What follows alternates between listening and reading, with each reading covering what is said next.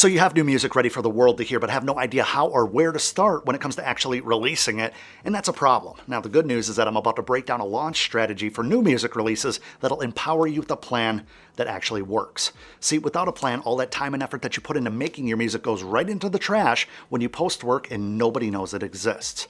Don't get me wrong. What you're doing still matters, and the music can still be incredible, but a whole lot of people make incredible music. A whole lot of people who will never be heard. A whole lot of people that the world will never know by name because they don't have a plan. Now, this is video number 3 of a 4-part series breaking down my magnetic music marketing formula. So if you haven't checked out the first 2 videos yet, definitely make sure to deep dive into those after watching this video, of course, because they're packed with information that'll help propel you to a whole new level. Now, as always, grab a pen and some paper and make sure to take notes because this is how you build out a successful new music launch ecosystem. Now, something you need to understand is that when you're putting together a new release, your music is core as far as the product, right? But in reality, there's 6 or 7 essential steps that we need to be doing to ensure that our release has the highest chance of being heard and building momentum once we release it out into the world. This is a full-blown ecosystem with support elements that surround it. Side note, I'm also going to share some pro tips later that no one seems to be talking about, so you won't want to skip around in this video. Now, the first thing that we need to be looking at is distribution of our audio and visuals. So if you're planning on releasing new music to Spotify, for example,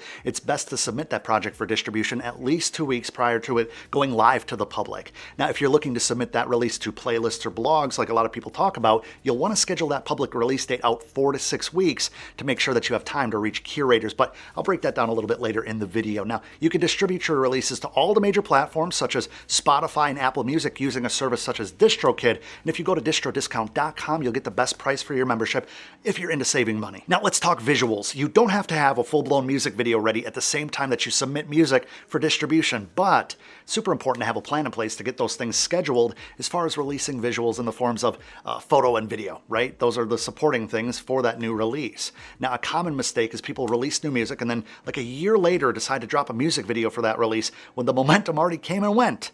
They end up missing that window of opportunity. So make sure to have the videos, the visuals, whatever you want to call them, ready on the release date or soon after them. That's all I'm saying. Now I want to deep dive a little bit more into the visuals, right? It's important to put together a promo content calendar and have that clear plan when it comes to attacking your marketing. For the new release, it needs to come down to social media and a few other places. This should include your pre-launch strategy all the way up to the launch of the release and then followed up with what I call the post-launch push. We do this to build momentum and awareness around our new music while allowing you to connect with your fans and new followers across all platforms of choice. Now, I don't really believe in trying to build a huge audience on every platform unless you've already built out a team, and I suggest just focusing on 3 platforms that you're comfortable with to start, and then you build those before you expand. Also, when I say 3 platforms, I'm not referring to the streaming platforms. Now, a great way to start building leverage with your pre-launch is by guiding your audience over to a mailing list. Now, if you currently don't have a mailing list, it's okay. You could start with a service like MailChimp, who has a great free membership with a lot of features to get you started. Now, you can build a landing page directly through MailChimp or embed your list, sign up for them directly on your website if you feel like looking a little bit more professional. Now, I know that the concept of email marketing might throw a lot of people off. If you feel like you have no idea how you would get a stranger to sign up for your mailing list, don't feel bad. We all feel like that at first. So how do we build that list? Well, you could offer early access for your upcoming music video for your email community, or provide behind-the-scenes content that no one else would receive. Tickets to virtual shows, discounts for upcoming gigs, etc.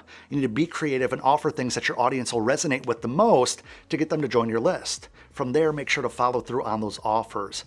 Email marketing will become a valuable part of your progress over time, so just be patient, practice, test things out, and build that email list to give you direct access to your audience, which is really powerful, but it's a long play. Valuable lists are not built overnight. Now, I mentioned this earlier, but if you're planning on submitting your music to Spotify playlists or blogs, it's a good idea to upload your release 4 to 6 weeks before you plan on going live to the public with it, right? Now, we're doing this for a few reasons.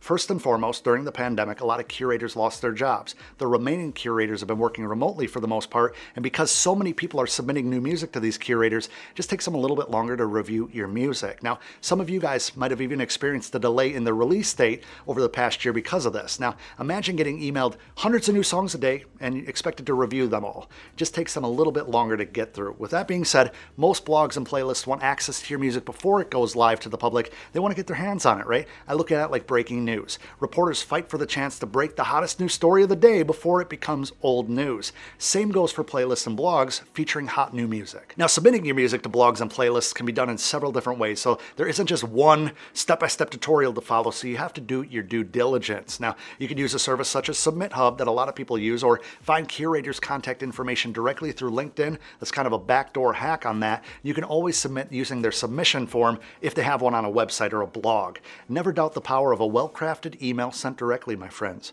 Now, I want to mention that making sure that your music is copyrighted and registered with a performance rights organization, also known as a pro, can be incredibly important. Two of the most commonly discussed are ASCAP and BMI, which I'm sure you've heard of before. Now, in my opinion, if you really believe in the record and you think that the release could find success long-term, register it. At the end of the day, it ensures that you're protected and on track to receive your compensation if the song really takes off and starts getting radio spins.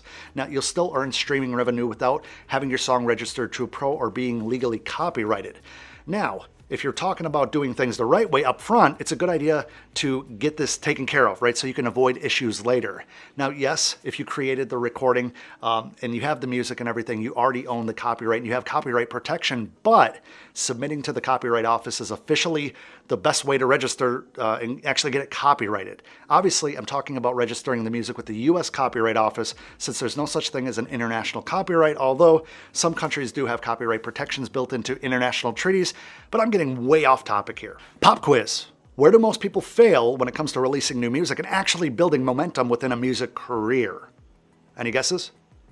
The follow-up release sequence. They spend all their time, resources, money working on one single song. Then for whatever reason, start believing that that one song is the finish line, when that's typically not how it works.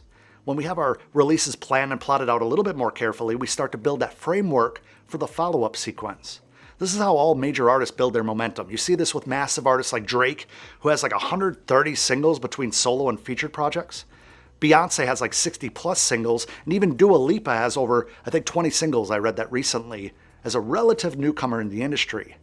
Now, I know that the genre of music you're making might be worlds away from those artists, but music is meant to be shared and enjoyed. We are responsible for providing that to our audience. A successful launch will provide momentum, build a buzz, and if we follow up with that material, we won't lose out on being able to really capitalize on that progress. Now, I've said it before, but trying to do everything last minute should be a thing of the past, especially if you want to develop a music-based brand and business with staying power, as we all should. And I know it sounds a little cheesy, but if you fail to plan, you ultimately plan to fail. It's so true. Now, I've mentioned earlier in the video that there's a pro tip that you should be using to give you an advantage when it comes to releasing new music, and that's carefully looking at a calendar and doing some basic Google searches prior to releasing your new music. Now, hear me out, I'm actually being serious. You would be shocked by how many people schedule their new releases on holidays or major social events unintentionally.